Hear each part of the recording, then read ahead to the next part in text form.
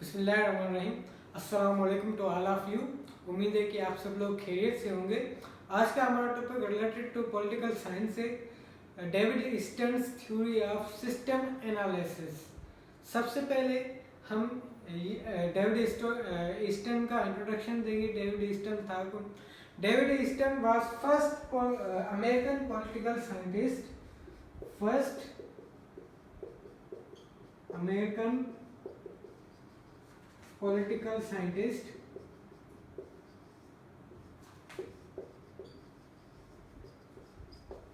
who gave system analysis of political system। David Easton पहला American scientist था जिसने political system की system analysis दी। कौन से किताबों में दी?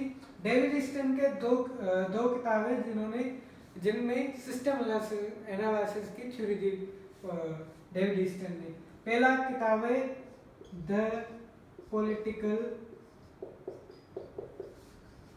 सिस्टम, जो कि डेविड ईस्टर्न ने 1953 में लिखा था।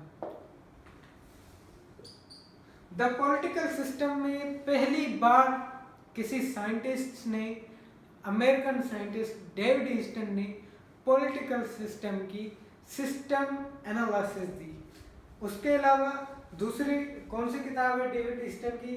दूसरी किताब है सिस्टम एनालिसिस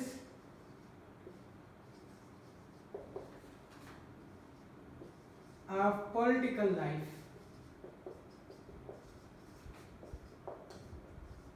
डेविड ईस्टर्न की ये दोनों किताबें, इन दोनों किताबों के नाम आपको अच्छी तरह से आने चाहिए। पहली किताब है द पॉलिटिकल सिस्टम, जो कि 1953 में लिखी थी डेविड ईस्टर्न ने।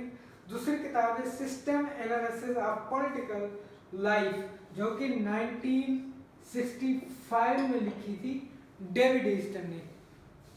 आगे बढ़ते हैं, उनकी सिस्टम एनालिसिस की थ्योरी क्या है उसके बारे में जानते हैं। मैंने चार्ट बना लिया है टाइम को बचाने के लिए, flow chart of David ईस्टर्न्स political system. सबसे पहले डेविड ईस्टर्न क्या कहता है कि हर एक इंसान की सोशल, इकोनॉमिक और कल्चरल नीड्स होती है सोसाइटी में। वो नीड्स, उन नीड्स को गवर्नमेंट तक पहुंचाने के लिए एक सिस्टम होता है ताकि उन नीड्स को गवर्नमेंट पूरा करे, उनके लिए कोई लॉज बनाए। सबसे पहले जो इस सिस्टम में होते हैं वो आवाम की डिमांड्स होती है। आवाम की डिमांड्स मतलब कि हमारी कौन कौन सी नीड्स है, कौन से लॉज हमारे लिए बनाए जाए, ये आवाम की डिमांड्स होती है। उसके बाद क्या होता है, ये डिमांड्स जाते हैं कन्वर्सेशन प्रोसेस के जरिए। कन्वर्सेशन प्रोसेस क्या होता है? जिसमें गवर्नमेंट डिसीजन मेकर्स होती है। गवर्नमेंट डिसाइड करती है कि ये जो डिमांड्स हैं आवाम की वो कैसे पूरी की जाए, उनके लिए क्या किया जाए, क्या नहीं किया जाए। ये जो डिमांड्स होती है इनको हम इनपुट्स कहते हैं।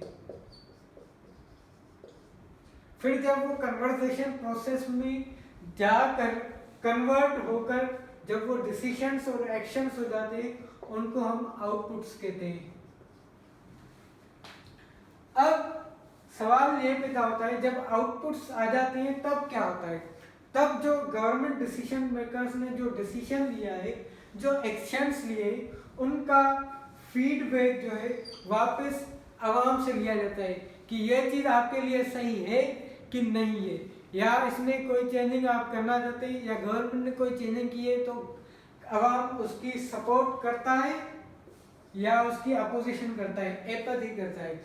जो गवर्नमेंट लॉज बनाती है या जो चीज़ें आवाम के लिए करती है, जो डिमांड्स के जरिए आवाम भेजता है गवर्नमेंट के तरफ, उनकी जब फीडबैक आता है तो कुछ आवाम उसकी सपोर्ट करती है, कुछ उसकी एपैथी, अपोजिशन करती है।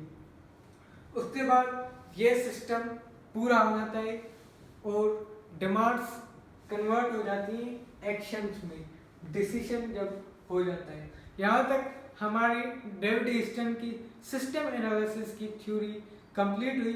अगर आपका कोई भी सवाल रिलेटेड टू दिस टॉपिक या कोई और टॉपिक आप हमें सजेस्ट करना चाहते हैं तो आप हमें वो कमेंट सेशन में बता सकते हैं। उम्मीद है आपकी ये आज की ये वीडियो आपके लिए बहुत कारआमद साबित हुई होगी। Thank you. अल्लाह हाफ़िज़। काइंडली हमारा यूट्यूब चैनल सब्सक्राइब करें।